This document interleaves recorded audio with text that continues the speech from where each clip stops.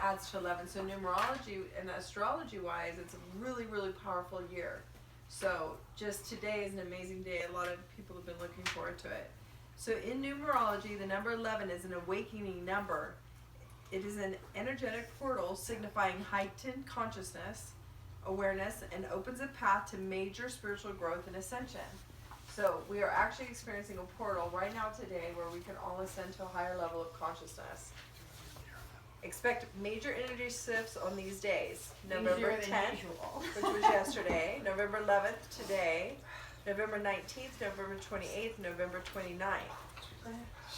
And the things you can expect to feel are reprogramming, soul evolution, leveling up, enhanced senses with your touch, taste, smell, sound, and sight, increased intuition, perception changes, clarity, insight, vivid and realistic dreams that hold important messages, life-altering opportunities, events, that's for sure. Exciting possibilities. Sean! Sean, come here! Sheesh. Yeah, come over here by Autumn. Yeah. There's lots of room right here. Exciting possibilities, increases in deja vu, signs, serendipities, synchronicities. I feel like this has happened before. Alignment. What's Past, that, Lighten? present, and future integration. Oneness, harmony, effortless manifesting, and abundance of blessings. Ta-da! I can use all of that. Woo! Thank you. Wow, how about that, you guys? So that's, Yeah. you know, we all can attain that. Obviously, we're on the path we are going to. But like today, it just makes it easier because of numerology, the way it is in numerology right now. So, gosh, we took some time out to write some prayers to support the world and the atrocities. Mother Nature, you know, is having her way, and it, you know, in my perception of it, it's kind of like a forced surrender, you know, a completion, the end of, you know, people's spiritual curriculum with something that they get to, you know, recreate their life. For some people, recreate their entire business centers in different places, you know. And it's an opportunity to really let go and, you know, kind of move on, you know, with the fires and the homes lost. And you know, and I know, you know, we can be empathetic to that because we essentially are doing that all the time with, you know, recovery and, you know, recreating our life and having lost, you know, aspects of our soul in our journey and shutting ourselves down and having to get, you know, into a space where we surrender and we recreate our life. And so, I don't know, I just thought it would be really beautiful coming from us and coming from the space of wanting to build and support the spirit world and help people look at things from the space of like, with every adversity comes another opportunity. Maybe they're, you know, it's going to be an incredible hug, embrace and hug of love from, you know, people to support other people that have lost, you know, their homes or, you know, like my friend lost her dad and their house. So many interventions. Michaela's dad, John, in Malibu, And they died? The dad did, and she also lost their trailer house right on the water, and the house was gone. The only thing that he had to, you know, inherit his daughter when he died, when she was near. He was really, really, really physically ill, but you know, nonetheless, it's, you know. She wrote something incredibly powerful on Facebook, like. The way she processed it was very spiritually fit. People were blown away. Like, but she was really ready for that, you know, that loss. And she's lost so much material stuff. It's, I guess to her is just one more thing, you know. It's just kind of like, okay, you know, like she didn't have a lot on it, you know, I guess. So, but yeah, there's a real letting go, and there's a really trust that something bigger is going to come out of it. And I know, like if you're anything like me, you've lost a lot of things, and I know we have, you know, recreated lots of times, and every time it's like better, actually, you know, like there's something brighter, beautiful, whatever. So anyway, in support, we took some time to write some prayers. So Stephanie, why don't you start with what did you write? Well, hello everyone, I'm Stephanie. How's Stephanie? Hi. Well, my paper is upstairs somewhere, so let me just get to the gist of it. I think to say a prayer for Mother Nature's powers to heal instead of the destructive forces of the winds, and if we can all like raise our consciousness as a group and pray that the winds take the fire away, and and by water. that, yes, pray for water and pray for healing. Beautiful. Awesome. Thank you. Like to that. How'd you write? My name's Susanna, And then and this is what I wrote. Oh. Wow. Thy will be done. Can I go get mine, Michelle? Yes. Can I go grab mine real quick? I want to take it. If you can just remember it, if you didn't bring it Yeah, as fast. it's pretty long. I'm just okay. Go ahead. You go get yours, and then somebody else can read theirs. I wrote this in the, What's yours? in the first minute, cause that to me says it all. You want to share yours? So me? Yeah. Oh, I'm still in the room, I think. Okay, you can go get yours too. Or do you remember it? The gist of it? Nah, I don't think I did it yet, to be honest with you. Keep on. You're being honest. I'm asleep. Honesty is the most important thing to me. You'll find that out. Okay, so you want to just go ahead and make what up right now? I don't even know what it was. I'm sorry. So you want to make one up a prayer for the people suffering right now? Can I pass? Is that okay? No, so the answer is no. You don't want to pray for the people suffering. No, I'm like half asleep. Before. Right? Okay, fair enough. Melanie. Alright, I just say it's what I've been trying to do too. When you suffer so many losses, so much trauma in your life, then let go, let go, let go, let go, let go, let go. Beautiful. Okay. I like that. It's simple yet profound. Go ahead, Joe. Okay. Oh, these are the people from the fires? No. Some people have been affected, yes. Oh, yeah. Actually, a couple of them. Oh, hi everyone. Part of the Hey, video. babe. What's your name? Joe. Hey, Joe. Nice to meet all of you. Well, this is where our assignment. Mine is the title is Beyond Repair, and it says my pain is touchable. It's heartfelt. It's meant to be understood. My brokenness is beyond healing. What is the antidote to my cure? Discouragement is what is the scale of it? I will never know. Depression, I can't handle it. What medication do I need? My leprosy, the spot that I hold dearly to. Is it worth it? I must count the cost. The evil that exists within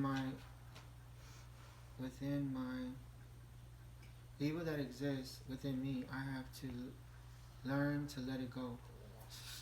They say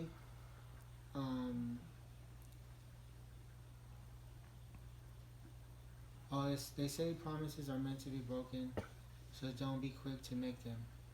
The puzzle set before me is it meant to be solved. My desperation is held. It holds me. My desperation holds me hostage. It's sincere. My sobriety is my greatest need. Faith. What is faith? A gift from God. It is the greatest gift to mankind. One of the greatest gifts. The message I heard, reports I read, and conversations I paid attention to gave me the platform to stand on. I'm just like everybody else. I don't have the answers, just a bunch of questions. In conclusion, I remain a student to the universe. I remain a student to the universe, as to all who live under the sun. Thank you. Thank Beyond you repair. for putting a lot of energy into that. Yeah, I love That was beautiful. Thank you. Thank you. Tammy, you want to send a prayer out while we're doing this? Oh man, I would love to. Off the top of your head. It's so beautiful what you said about the experience of letting go and how our universe is, I mean, what a powerful day we have today, an opportunity to manifest things really quickly. And I hope that everyone, and I pray that everyone that's having their traumatic experience with that fire right now is blessed with the feeling of letting go and the blessing of starting new, and that they can step into that space with a peaceful heart and not a grieving heart, and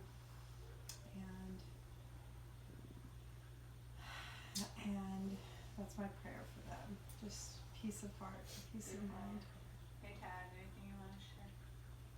Just that, I mean, their house might not be, but they are fireproof. You know, we don't know how strong we are until we're put in a situation where strength is your only choice. And so, I mean, it's devastating. I don't, as an empath, I can feel, you know, that's, I mean, fire is so ravaging, it's so permanent, and you know, and it ruins, and you know, so rather than like bless that they'll be okay, I just not be okay, just know that they're going to be just fine. But you know, just allow them to have this time to mourn and to, you know, they lost stuff, they lost family heirlooms and photos and maybe animals, so it's their time to grieve, you know. But you know, I just think we just hold them up, and we are them. There is no difference. But that's my hope, that we're fireproof. You know, everyone's so afraid of the fire. We're fireproof. Run into that mode.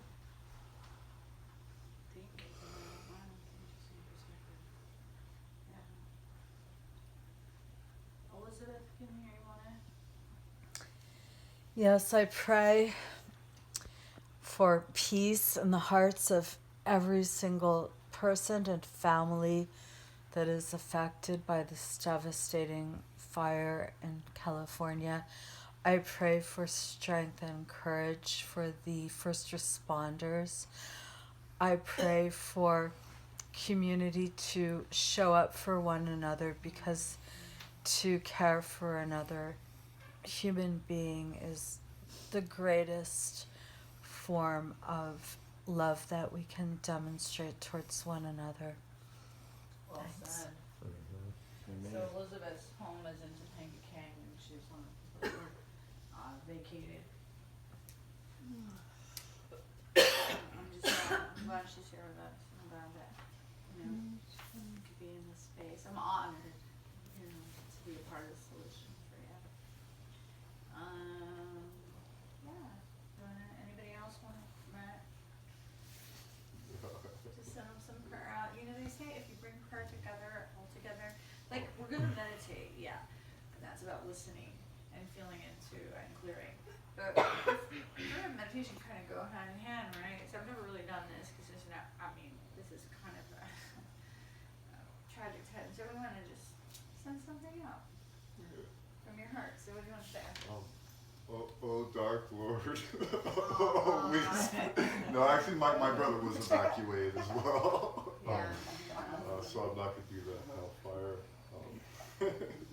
But yeah, I pray for the animals that, Yes. and you know, everything that's going to be burnt and all of that. And you know, one of the things I always have quite a bit of experience being in fires as well, and you know, sometimes you know that is to a certain extent nature, and I wish that everything's able to regrow in a more positive form, like a phoenix. Mm-hmm. Cool. That's it. What a beautiful vision. Yeah. What's your brother's name? Todd. So yeah. Anyone? You know, this makes me think, sometimes what happens is when we're instantly traumatized by the sound and the sight and the visual of people in fire and loss, it becomes very overwhelming and it almost stuns us. And so to take it upon yourself to say, you know, so this is the demonstration of something greater than I, and cleansing, and this is the visual experience of the power of nature, and what is out of my own control is a lesson in itself, and in the healing of it, we're supposed to also consider the fact that there is powers greater than ourselves, and that to pray about being one with, a source that's all one for all of us, that reunites us all, so that we can see how we are all part of a very powerful entity that can do good, and that can also give us the power to choose what we choose to do. And those of us who choose from time to time that what looks like whoever started this fire, whatever they did, whatever the circumstances, is how fragile is life. It could be carelessly throwing something out in the garbage that was lit up. It could be being so desperately tormented in our life that we were careless about something, and how it affects the great all of us. So that in recovering from gigantic traumas, I always remind myself that I can only do my part, and I should hope that my part is to be the contrary of that, and to soothe those, just being in the presence of those who are in that sort of angst, that sort of pain, that we bring the presence of peace, so that we heal as a community, as we heal as all people, so we go forth doing differently in our lives. Good stuff. Oh, thank you. Thank you. Thank you. Yeah, I'm praying that to move ego out of the way, so that I can have compassion and demonstrate compassion for all of those people who have those losses, and to make myself available to be of service in any way I can. Yeah. Mhm. Yeah. Robert? Yes, I'd like to ask the universe to bring strength and courage to all those sentient beings that are being affected by the trauma of the fire. I know it's difficult. It's very much like a war zone. I was there just last week. I just got back yesterday. And a lot of people I know, and of course people I don't know. Animals, horses, llamas, little bunny rabbits, the whole thing. And the beautiful area, which I love, I grew up in, so I just hope everybody finds, a way through this trauma of this and is able to get on with their life. So I'm asking for the universe to give strength and courage. So, yeah. Anybody else? Okay. Anybody else? You guys from the center?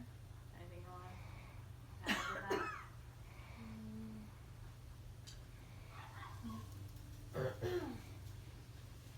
Can I pray?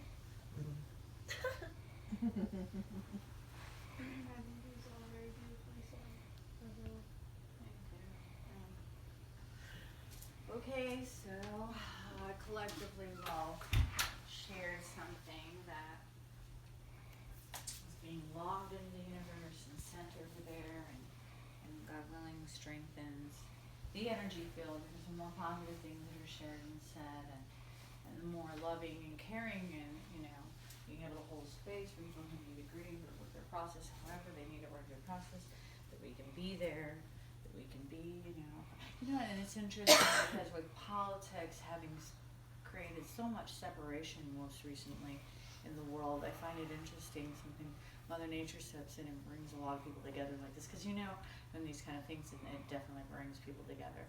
I would like to think so, rather than apart. And so, in honor of that, my contribution, of course, is you always just to